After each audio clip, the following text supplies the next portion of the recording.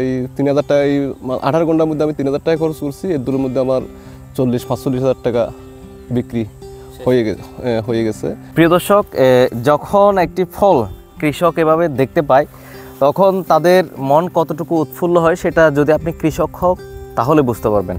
মিষ্টি কুমড়াতে সবচেয়ে বিপজ্জনক ভাইরাস হচ্ছে মোজাইক ভাইরাস, যেটির বাহন হিসেবে আমার ভাই যেটা বলেছিলেন সাদা মাছির কথা বলেছেন, একজন বৈজ্ঞানিক কর্মকর্তার মতো কথা বলেছেন, একজন কৃষক।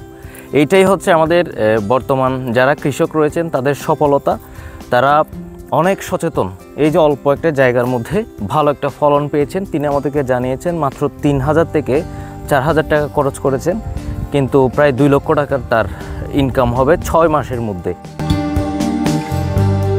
মাত্র ৩ থেকে ৪,০০০ টাকা খরচ করে মিষ্টি কুমড়া চাষে লাখ টাকা আয় করে তাক লাগিয়ে দিয়েছেন অভিজ্ঞ কৃষক মনসুর শাহ প্রকাশ লাল ভান্ডারী। চট্টগ্রামের হাটহাজারী উপজেলার ফতেপুর ইউনিয়নের ৮ নং ওয়ার্ডে গত ৩ মাস আগে মিষ্টি কুমড়ার গাছ লাগান তিনি। ব্ল্যাকস্টোন, কালোমানিক সহ আরও কয়েক জাতের মিষ্টি কুমড়ার আবাদ করে লাভবান হয়েছেন এই কৃষক। অন্যান্য সবজির পাশাপাশি তিনি ৩৬% জমিতে মিষ্টি কুমড়ার বীজ লাগান। শুধুমাত্র সেচ ছাড়া তেমন কোনো খরচ নেই এই মিষ্টি কুমড়া চাষে, যার ফলে কম বিনিয়োগ করে পরিচর্যা ঠিকভাবে করলেই ভালো ফলন পাওয়া সম্ভব।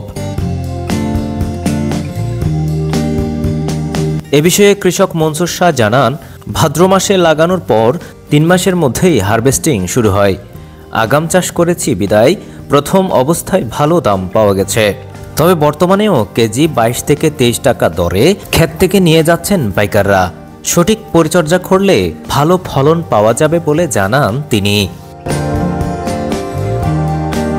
এবং কৃষি অফিসার যে মামুন ভাই ছিল, মামুন ভাইয়ের অধীনে আমি সব কিছু করতেছি।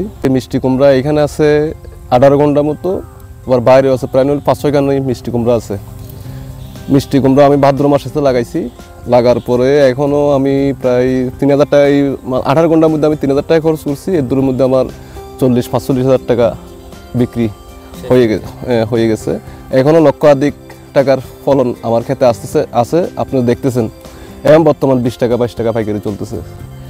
এই মিষ্টি কুমড়া ক্ষেত, বিভিন্ন সবজি ক্ষেত, এগুলো লাভজনক ক্ষেত, কিন্তু পরিচর্যা যারা জানে তাদের জন্য আসছে এগুলা।